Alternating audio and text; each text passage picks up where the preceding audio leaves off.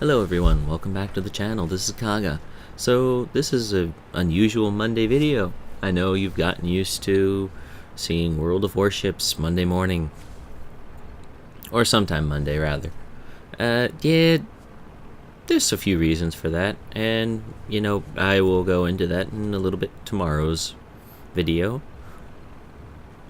I swear there's a good reason for it. I don't want to give it away, too much.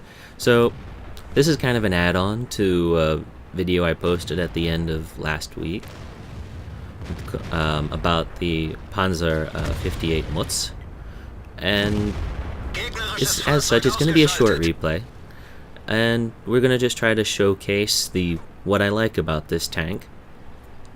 And if I remember correctly, you're going to see the one weakness. So right now we're on Redshire, and this is a tier 9 match, so it's not a horrible matchup for the 58 Mutz. And this is a fairly aggressive position, as you just saw our Lorraine 40 ton just getting obliterated there by enemy artillery.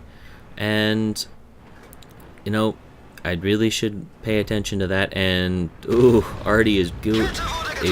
Speaking of Artie, yeah, and because this is such an aggressive position, you really can't afford to bring anything that's heavily armored up in here, which means that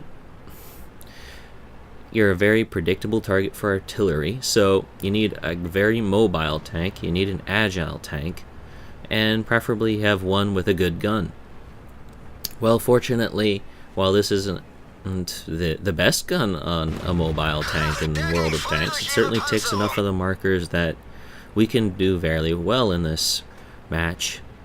But that last hit from artillery, it's been making me a little hesitant for the moment, this part of the battle, because he just removed over half my health with a single shot there.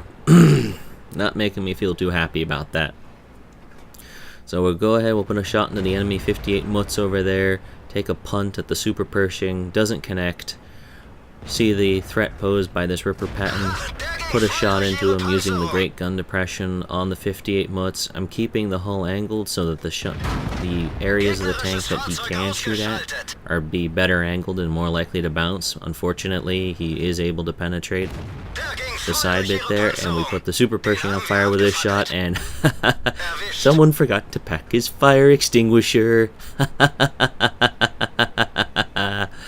I love it when a plan comes together. Not that you can call anything induced by RNG a plan. Okay, I don't think I'm going to get any more shots on that side, so let me move over here and try to put some supporting fire on this Type 4 Heavy. And that thing is a very well-armored monster for most tier 8 tanks to try to contend with. So I'm not really trying to penetrate him so much as start damaging his tracks as much there. Look for a shot on the medium up on the hill, but instead look for the 416 that came down on the basin and is threatening the allied flank over there. Put in a second shot. Look for one on the Type 4, don't find it. Looking for a shot on the ammo rack. Nope, hits the side of his tank, doesn't penetrate the turret, it looks like. Put in another shot right there, get a crit. Alright, pull back just a tad bit there. Take an HE shell from somebody. I imagine with the positioning that was the Type 4. Bit of a weird choice for high explosive. I imagine he overestimated his HE's ability to pen, or underestimated the armor on the Mutz. From the front, it actually is fairly well armored against high explosive shells. And we put in a shot on that 416 who didn't even know we were there until it was too late. An ally T-34-3, that Chinese tier 8 premium medium tank, comes in and finishes that off, so we can now be more aggressive up here and frisk over this KV-4.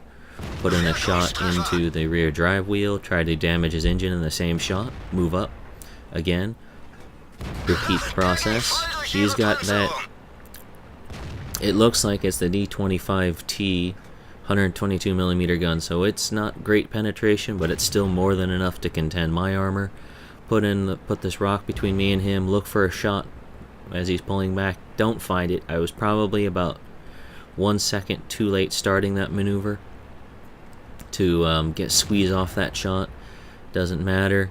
I'm gonna pull off here to the side a little bit, try to make use of the shallower slope here to get in a shot down on his front plate there. Oh, he gives it to us. It connects right around the area of the driver's hatch.